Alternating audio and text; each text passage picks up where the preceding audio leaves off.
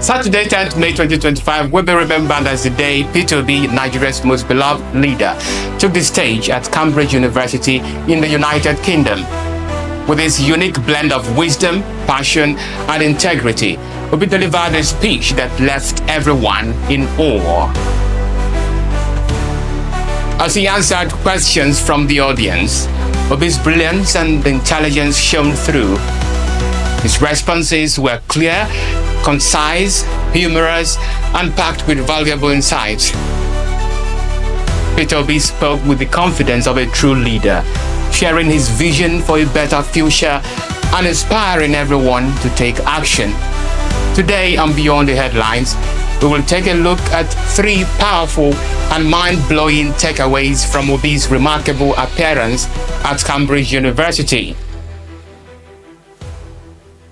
Hello viewers, I'm glad to meet you again on Beyond the Headlines. His Excellency Mr. Peter Obi, our president, your president, was at Cambridge University on Saturday.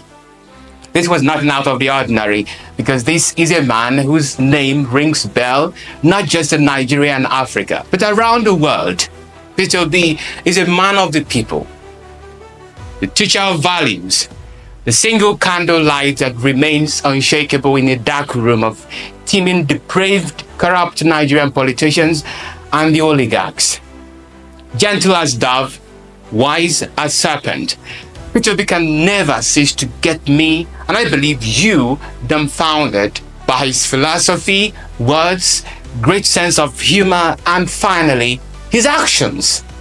At Cambridge, Peter Obi dished out unparalleled responses to some of the most intriguing and intelligent questions that, Nigerians asked, coming from the audience comprising people of other African countries, not just Nigeria. Now I'm going to give you a quick summary, should I say, the 3 most powerful highlights of his speech. So, let's go. Now the first, Peter Obi's Trinity of Reforms. Now, Peter Obi is a figure who is extremely organized. Yes, Peter Obi is organized. He's extremely deliberate and structured in his way of doing things. That is why during his tenure as governor, he achieved something no other governor had done before. That was remarkable. He aligned his governance policies and programs with the Millennium Development Goals, the MDGs. Now, what are these MDGs? The MDGs were 8 global goals set by the United Nations to tackle extreme poverty, hunger, disease, and other development challenges. Obi recognized the importance of these goals and decided to make them a cornerstone of his administration. By aligning his policies with the Millennium Development Goals, Obi ensured that his government's efforts were focused on achieving specific, measurable, and impactful results. Wow.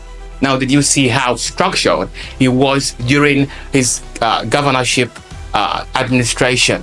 He prioritized investments in education, healthcare, poverty reduction, and infrastructure development, all of which were the critical to achieving the Millennium Development Goals. But today, the MDGs are shot into 3 most powerful, most important areas, which I prefer to call Peter Obi's Trinity of Reforms. The Trinity can also be termed the Human Development Index, comprising literacy or education, life expectancy or health, and then in Peter Obi's words, pulling people out of poverty. Peter Obi is passionate about this phrase. In his framing, education remains the most fundamental element of development in any society. Piteously, the United Nations latest report reveals that nearly 20 million children in Nigeria are not in school. Very sad indeed. Now, some of these, or should I say most of these children, are situated in the north. In the area of health, Obi was so infuriated, and you should be also, that India, a country which much more populous than Nigeria, has an infant mortality rate much lower than what obtains in Nigeria. This is because primary health care in my country, in your country, has collapsed. Now, some time ago, let me tell you, Diaspora Digital Media visited a certain primary healthcare facility in Awka, Anambra State. Now, guess what happened there? You cannot believe the shock we had from listening to sad stories from these workers there. We have many challenges, but I will talk about the one of not having net. You know, in this our environment, malaria is too much, so we need net, insecticide net that will be given to pregnant mothers because they do demand for it every time, even for people that do come for immunization. So we need insecticide net to give to them. So that is it. Very sad indeed.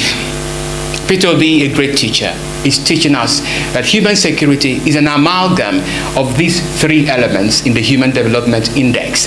And these are what he will address if you vote for him in the coming election, if he becomes the president of Nigeria, if he becomes the leader of the largest democracy in Africa. 2. Age, anti-corruption, governance, and legacies. The second powerful aspect in Obi's speech is fourfold, which means that this aspect contains 4 elements that are interconnected. They are anti-corruption, governance, anti-corruption, age, governance, and legacies. By now, you should know that Peter Obi is a highly principled and disciplined man who does not budge on his hardcore values and ideologies. First, he teaches that age is an essential factor in determining the effectiveness of an African leader. In this case, Peter Obi did not have a problem with Donald Trump becoming the president in the United States, but he has a problem. He had a problem with somebody like Muhammadu Buhari becoming the president of Nigeria in 2015. Peter Obi contends that an old politician who believes he has great ideas of governance should never contest again. Look what he said about Buhari in 2015. But in Brazil, Brazil lost 7-0. In Brazil, not even outside Brazil.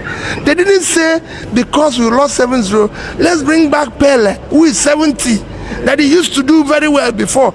They said, let's train the younger ones. Whatever Buhari can offer today, he can offer it as an advice, elderly advice to the younger ones who can do the job. He doesn't have the energy to run around to do the job. People are just trying to impose him on us, and because some of you don't know the history, of what happened when he was there, because our economy was a disaster. Economically, it's not going to change now. Peter Obi, he said instead the politicians should seek young Nigerians of like minds, nurture them, train them, and sponsor them into Aso Rock to implement the ideas of the politician, and not the politician, the old politician, contesting an election and doing rubbish when he gets to power. No. However, if the opposite is the case and the old politician becomes the president, he will not be capable and agile enough to deal with corruption. In Peter Obi's words, the older a human being gets, the more relaxed and less competent he becomes in dealing with issues. Then, Obi made a comparison between Buhari's 1983 regime, when Buhari ruled as a military leader, when he boldly fought corruption, and his administration in 2015, when he then became incapacitated because of his age.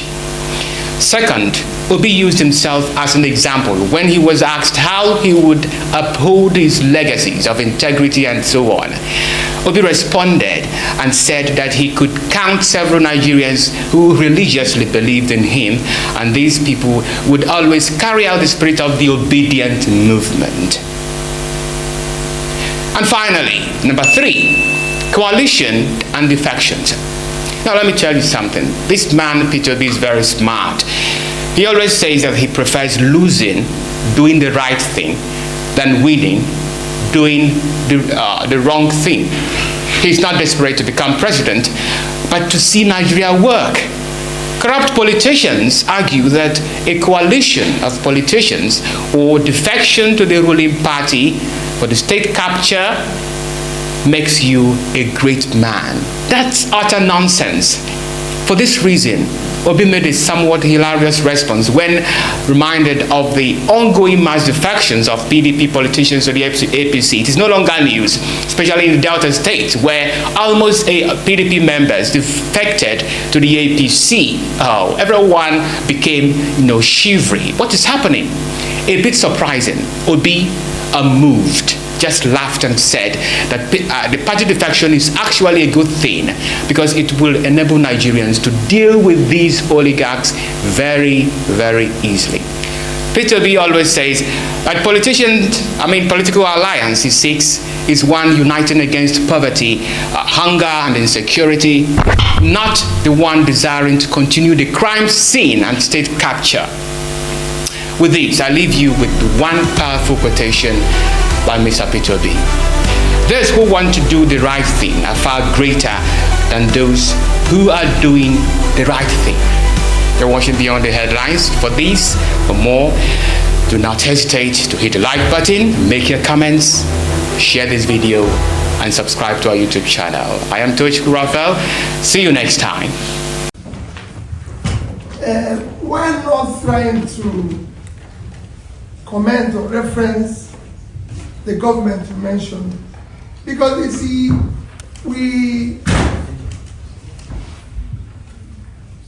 people's life differ. I always tell people, the General Buhari, eminent state openly, who was there in the 80s, wasn't the one that was there in 2015. The older a human being gets, the more you tend to be more, relaxed and less combatant in dealing with issues. You can fight corruption. And fighting corruption is critical to us. Very critical. Corruption kills the three things that makes a society. It kills entrepreneurship. Nobody is entrepreneur in a corrupt place. It kills professionalism. I was in university in Nigeria when university professors were paid 2,000 naira in the 80s. The 2,000 naira then was about $4,000. So you had him in Suka, the likes of Chinua Achebe, Chimamanda Adichie's father, all of who people with first class names. We had them in ABU, we had them in everywhere, professors. People used to come to Nigeria for medical tourism from Arab countries, from Asian countries. Indians, Asians were looking for a job in Nigeria, in other Nigeria, because they were paid $1,000 when it was $2,000. A lecturer can easily buy a car because then Pijo produced in Kaduna was about 7,500. So their 6 months salary, they can buy a car. Today, the same lecturer is paid 400,000 naira a month, which is not about, I don't even know how to describe it in dollars, but I can tell you, it's just about maybe about, how much is it? 250. About 200 and something dollars. So, and guess how much they sell a car today? It runs into hundreds of millions. As at the time I'm talking to you, members of House of Representatives then earn the same money as a professor. Today, just to give you an example, in my country, let me say Nigeria, the federal government of Nigeria bought vehicles for National Assembly members. Each car cost 160 million naira for each person. The qualification to be member of House National Assembly is secondary school certificate. For you to be a professor, you need to go to university, master's, PhD, and at least 10 years qualification to become a professor. You're paid 400,000 a month, which is 4.8 million a year, call it 5 million. So if you decide to buy a car given to a member of National Assembly whose qualification is class 5 in secondary school, it will take you 32 years without spending a penny of your money, 32 years, to buy such a car. Tell me how that professor can continue to teach and research. So it kills professionalism. You must dismantle it. And I can go on and on. It kills hard work. Because why would I be working hard when people are celebrating somebody who has stolen public money, is the one the society sees as the role model? He moves around in a sophisticated car. When I was coming here and I was telling them, people in the car with me, I said, listen, you know the things that happen in Africa doesn't happen anywhere in the world. The plane to assemble Dreamliner 787 in America is South Carolina, Charleston. That's the assembly plant. I said the governor of South Carolina doesn't even have a private jet bought with his own money. In Africa, that happens. And they said the state is doing well. How? When you have graduates who don't have jobs, you have doctors who don't have hospitals to work, you have nurses who don't have a place to work. So you can kill corruption. We fight it head on. And there's so many Nigerians who want to fight it. I can tell you, millions of them. All they need is that they need people who are committed, because what happens often is that somebody starts preaching rhetorics and everything, he goes in there, hey, it becomes the same thing. So you don't really want to. I work with people who were able to look in my face as governor and said, no, we must do this, because that's what we agreed. And there's so many of them.